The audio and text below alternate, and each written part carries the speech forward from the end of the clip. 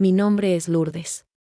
Tengo 72 años, y durante mucho tiempo pensé que me llevaría este secreto a la tumba. Pero ya no puedo callar más. Lo que voy a contarles cambió mi vida para siempre, y tal vez cambie la forma en que ustedes ven a las personas que se esconden detrás de una Biblia. Vivo en un barrio tranquilo, de esos donde todos se conocen. Las casas son sencillas, las calles de tierra, y la iglesia está justo en el centro de todo. Durante 40 años, esa iglesia fue mi segundo hogar.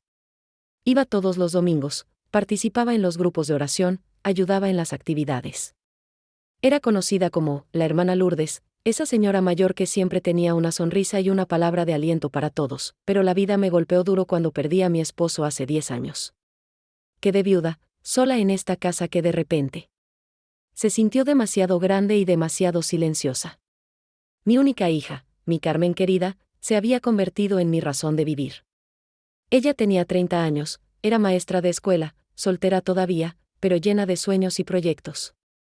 Carmen era mi orgullo, mi alegría, la luz de mis ojos cansados. Todo cambió hace 3 años, cuando llegó el nuevo pastor a nuestra iglesia.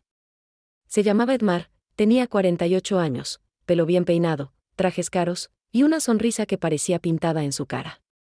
Desde el primer día que lo vi, algo en mi estómago se movió de forma extraña. No era admiración, no era respeto. Era algo que no sabía explicar entonces, pero que ahora entiendo perfectamente. Era mi instinto avisándome del peligro. El pastor Edmar llegó con grandes promesas. Decía que iba a hacer crecer la iglesia, que traería más jóvenes, que modernizaría todo. Y cumplió, de cierta forma. La congregación creció, llegaron familias nuevas, se instalaron equipos de sonido modernos.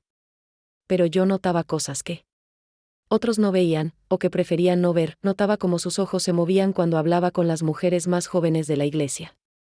Notaba cómo siempre tenía excusas para estar a solas con ellas para consejerías espirituales.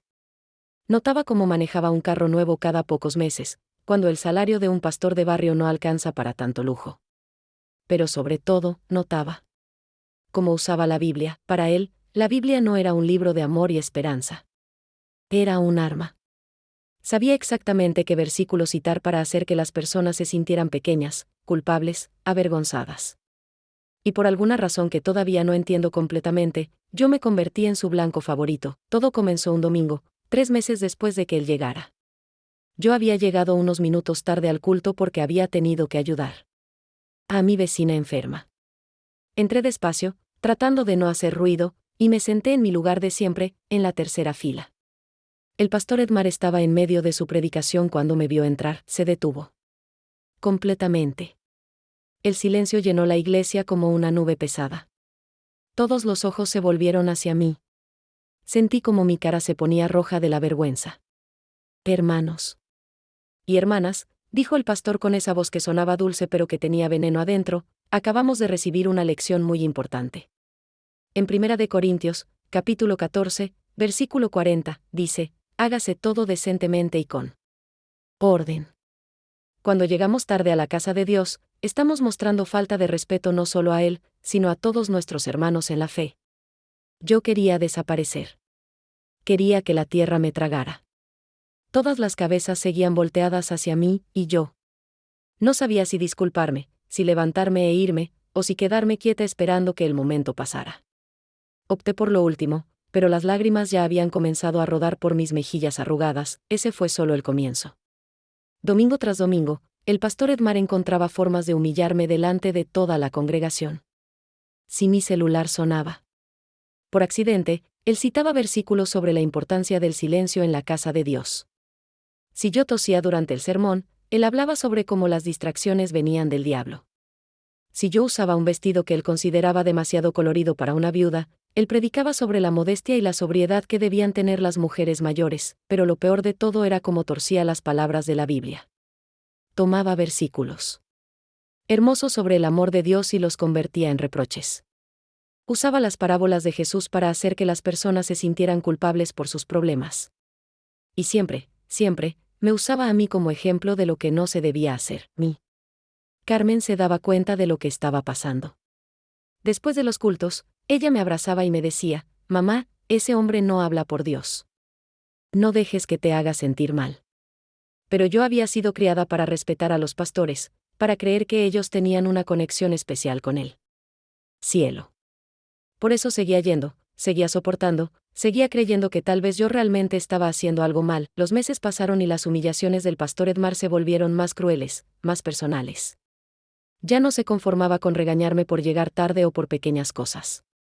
Ahora había comenzado a atacar mi dolor más profundo, mi viudez y mi soledad. Un domingo de octubre, él estaba predicando sobre las viudas en la Biblia. Yo pensé que, tal vez, por una vez, iba a decir algo que me consolara, algo que me hiciera sentir que Dios no me había olvidado. Pero estaba muy equivocada. Hermanos, dijo con esa sonrisa que ya me daba escalofríos, en 1 de Timoteo, capítulo 5. Versículo 5, la Biblia nos dice que la viuda que en verdad lo es, y ha quedado sola, espera en Dios y persevera en súplicas y oraciones noche y día. Pero, y aquí hizo una pausa dramática mientras sus ojos me buscaban entre la congregación, también nos advierte sobre aquellas viudas que se han vuelto ociosas, y no solamente ociosas, sino también chismosas y entremetidas. Mi corazón se detuvo. Todas las miradas se volvieron hacia mí otra vez. Yo sabía que estaba hablando de mí, aunque no hubiera dicho mi nombre. En un pueblo pequeño como el nuestro, todos sabían quién era la viuda más visible en la iglesia.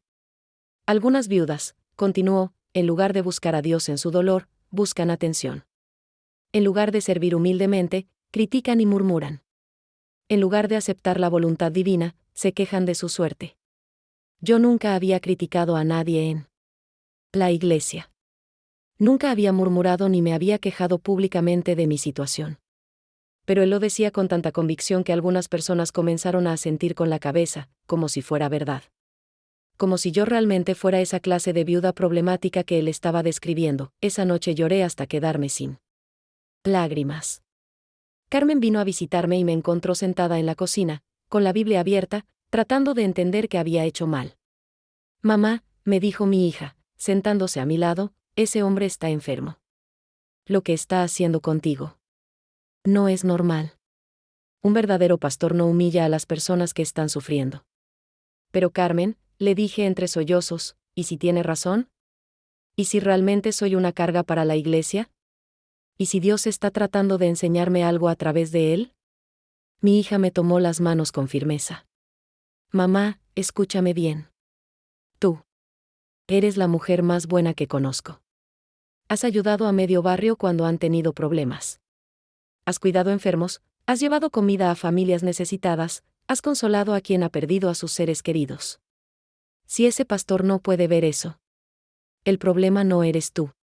Carmen tenía razón, pero yo estaba tan rota por dentro que no podía verlo.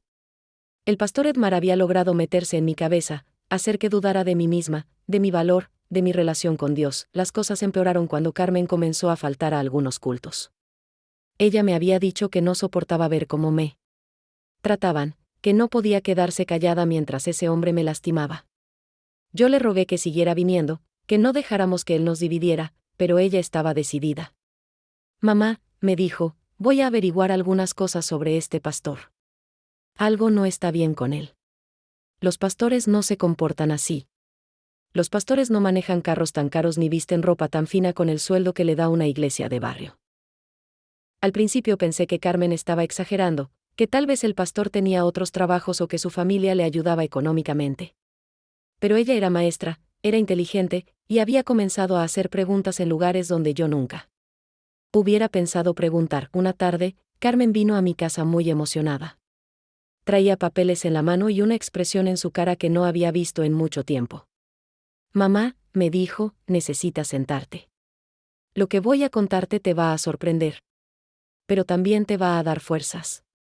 Se sentó frente a mí en la mesa de la cocina, la misma mesa donde habíamos desayunado juntas por tantos años, donde había ayudado con sus tareas cuando era niña, donde habíamos llorado juntas cuando su papá murió. He estado investigando al pastor Edmar, comenzó. Fui a la oficina de registro de la ciudad, hablé con personas que conocían a los pastores anteriores de otras iglesias donde él había estado. Mamá, este hombre tiene un historial. Mi corazón comenzó a latir más rápido. ¿Qué clase de historial? Ha sido pastor en 4 iglesias diferentes en los últimos 10 años. En todas ha durado entre 2 y 3 años. y en todas ha salido por problemas similares: manejo indebido de dinero, comportamiento inapropiado con mujeres de la congregación y abuso de poder. No podía creerlo. ¿Pero cómo es posible que nadie en nuestra iglesia sepa esto? ¿Por qué? Él es muy inteligente, explicó Carmen. Cambia de ciudad, a veces hasta cambia su nombre completo. En la iglesia anterior se llamaba Eduardo Martínez, no Edmar Rodríguez. Y siempre se las arregla para irse antes de que las acusaciones se vuelvan oficiales. Carmen me mostró los papeles que había conseguido. Copias de denuncias que nunca habían prosperado, testimonios de mujeres que habían sido humilladas como yo, registros de dinero de iglesias que había desaparecido misteriosamente. Pero eso no es todo, mamá, continuó mi hija. También descubrí algo sobre su situación actual. El pastor Edmar está desviando dinero de los diezmos y las ofrendas. Tiene cuentas bancarias que la junta directiva de la iglesia no conoce. Y hay algo más, se detuvo, como si no supiera cómo continuar. ¿Qué es, mi hija? Mamá, creo que él sabe que yo estoy investigando. La semana pasada, cuando fui a preguntar en el banco sobre las cuentas de la iglesia, alguien le avisó. Y. Desde entonces, he sentido que me están siguiendo. Un frío terrible recorrió mi cuerpo.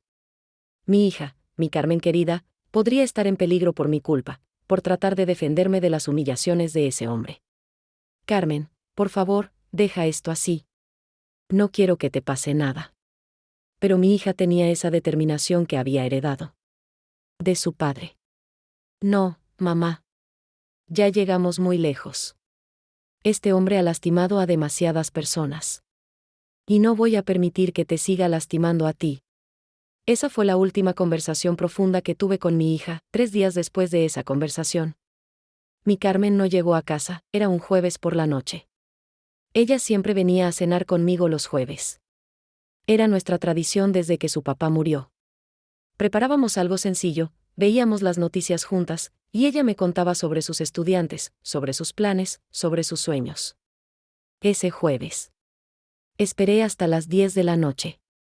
Llamé a su celular una y otra vez, pero sonaba y sonaba sin respuesta. El viernes por la mañana fui a la escuela donde ella trabajaba. La directora me dijo que Carmen no había llegado a dar clases, que eso era muy extraño en ella porque siempre avisaba si iba a faltar. Fuimos juntas a su apartamento. La puerta estaba abierta, como si hubiera salido rápido y hubiera olvidado cerrarla. Su bolso estaba en la mesa, su celular en el sofá.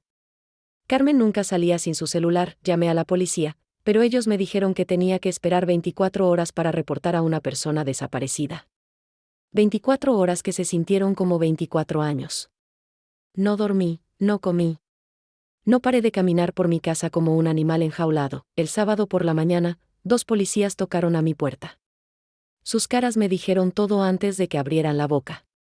Carmen había aparecido en el río que pasa por las afueras del pueblo. Según ellos, había sido un accidente. Había resbalado y se había golpeado la cabeza con las rocas. ¿Un accidente?, dijeron. Pero mi Carmen sabía nadar. Mi Carmen conocía ese río desde niña.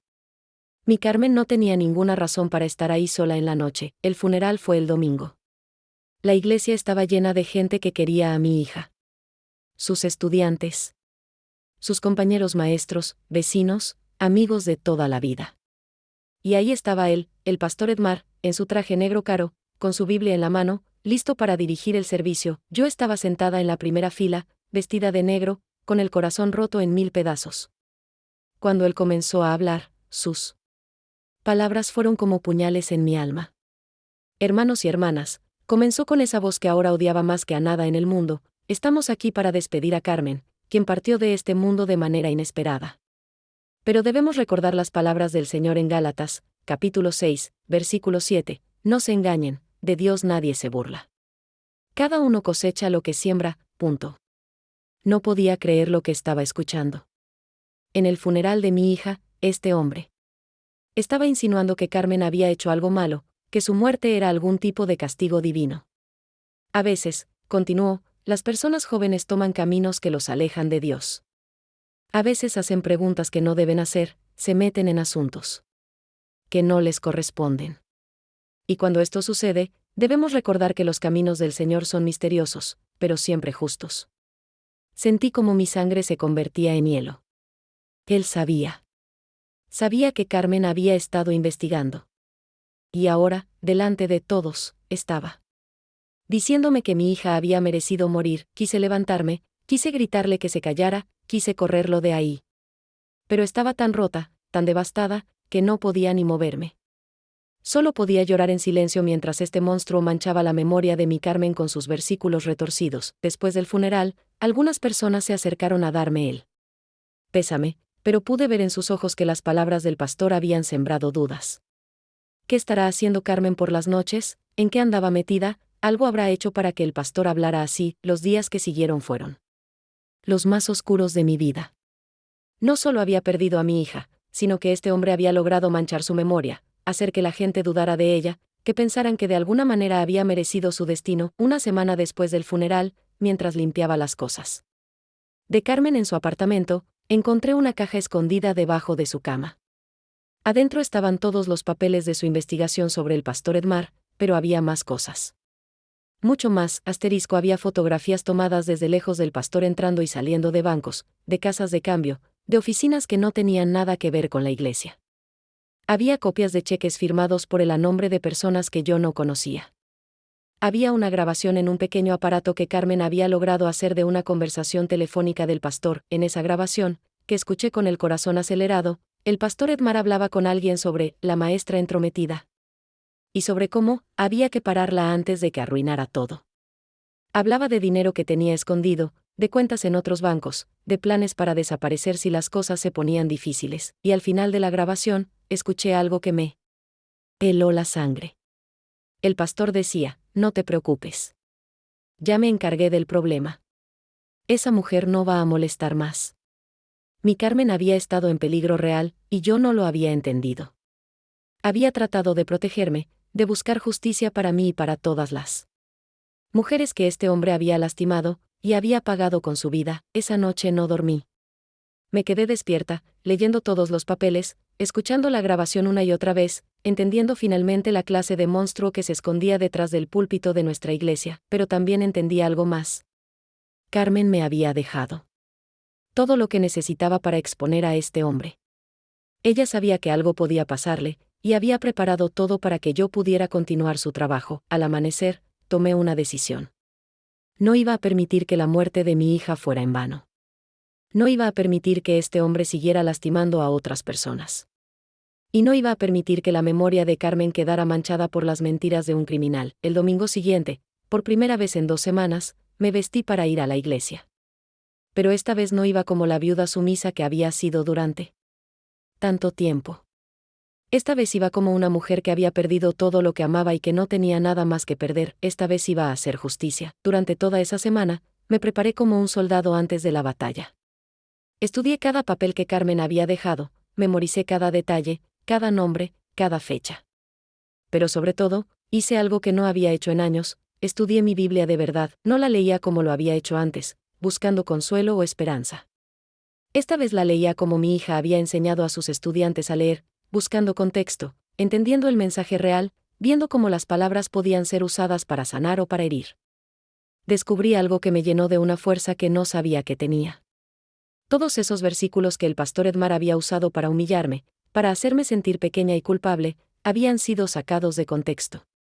Las palabras de Dios que él había convertido en armas de destrucción, en realidad eran mensajes de amor, de comprensión, de perdón. Por ejemplo, ese versículo de Gálatas que había citado en el funeral de Carmen: cada uno cosecha lo que siembra.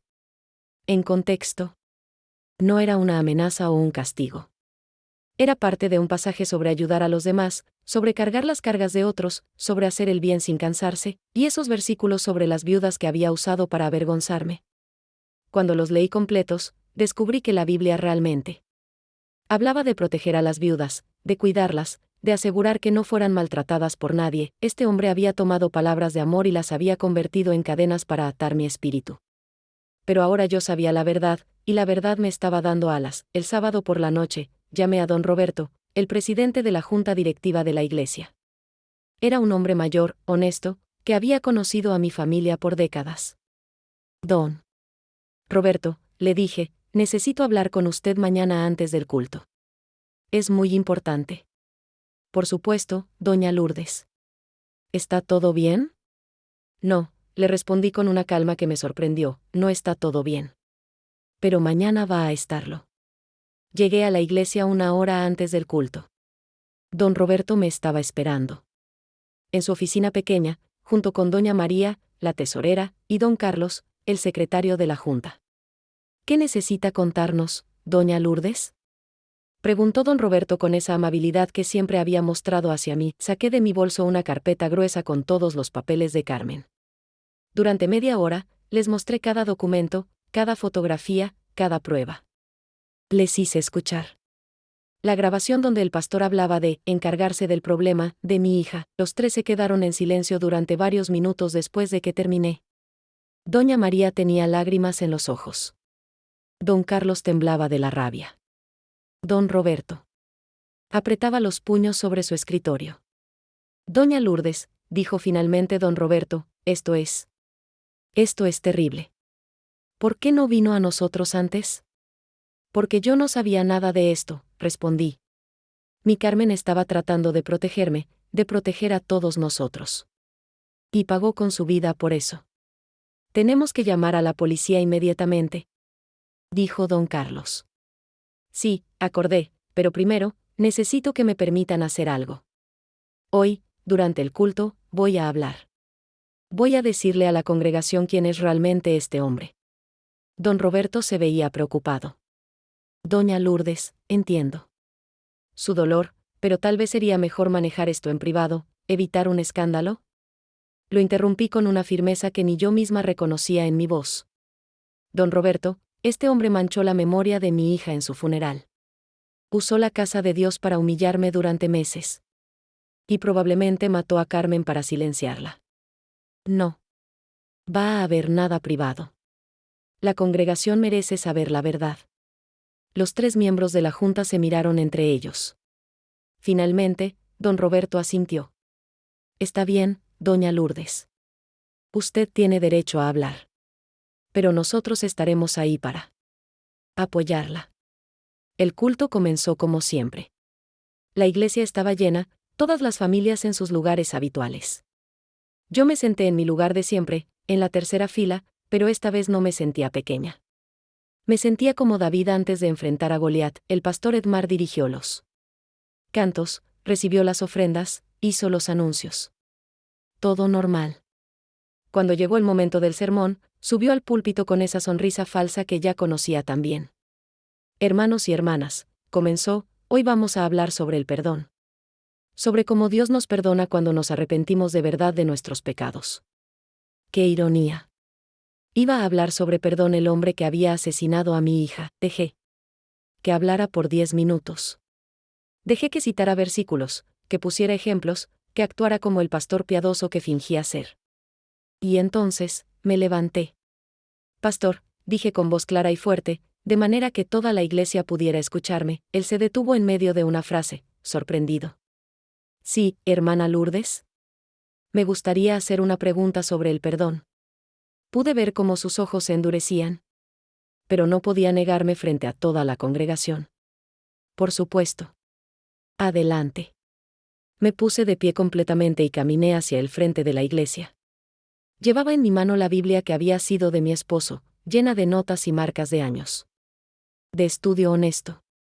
Mi pregunta es esta, dije mirándolo directamente a los ojos, ¿puede Dios perdonar a alguien que usa su palabra para lastimar a los inocentes?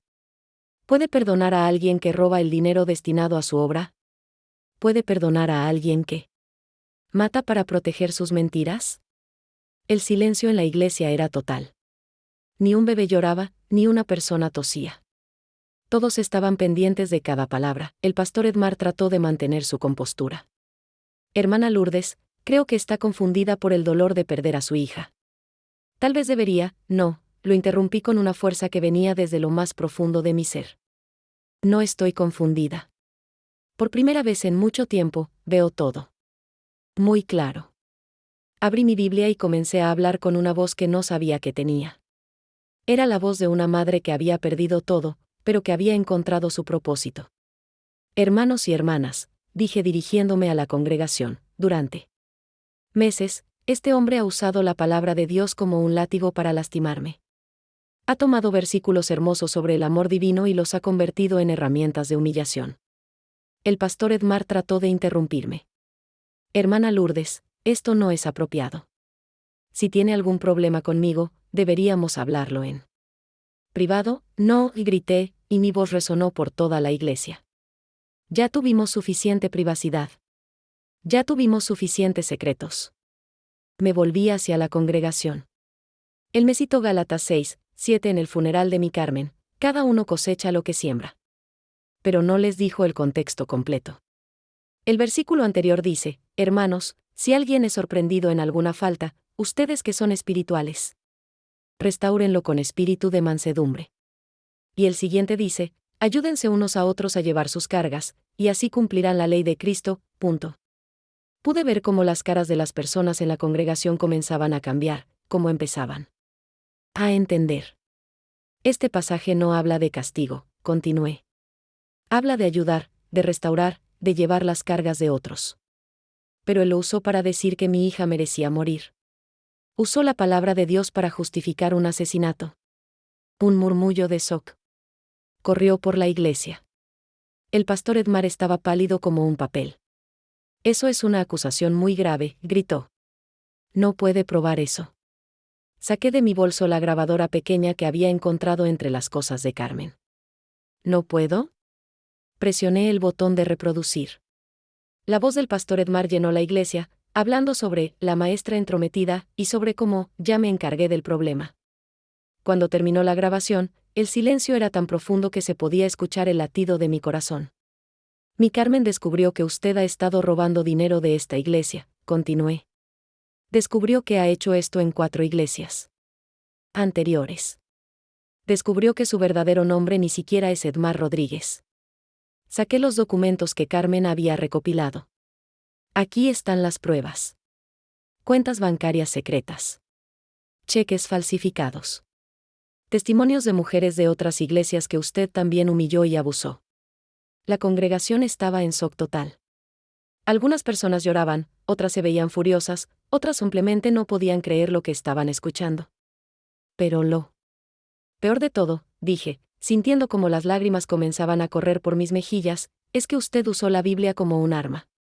Tomó las palabras más hermosas jamás escritas y las convirtió en cadenas para atar nuestros espíritus. Me volví hacia él, que ahora estaba temblando detrás del púlpito. ¿Quieres saber qué dice realmente la Biblia sobre las viudas? En Santiago 1:27, dice: la religión pura y sin mancha delante de Dios el Padre es esta: visitar a los huérfanos y a las viudas en sus tribulaciones.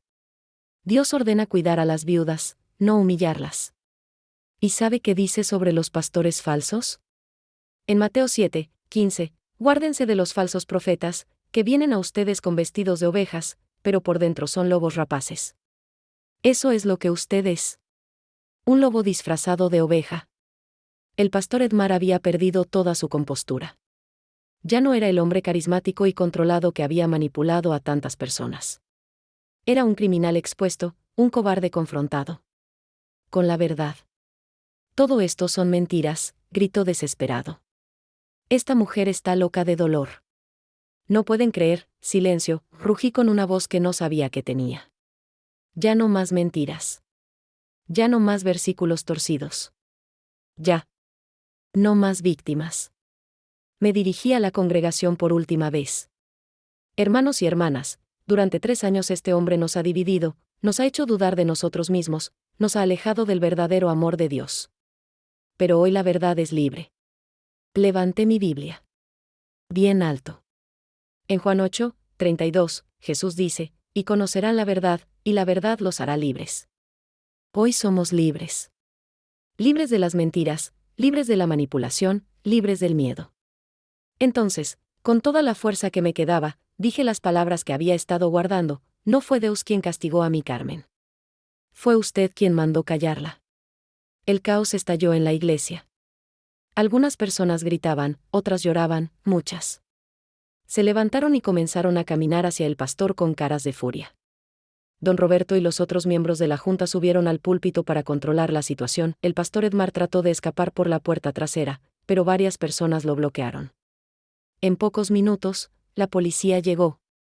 Don Roberto los había llamado antes del culto, y habían estado esperando afuera. Mientras se llevaban al pastor esposado, él me gritó: «Esto no ha terminado, vieja.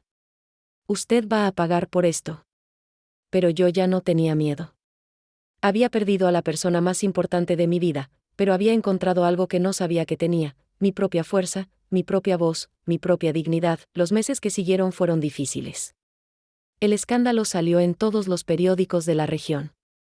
El pastor Edmar fue condenado por malversación de fondos, fraude, y como cómplice en la muerte de Carmen.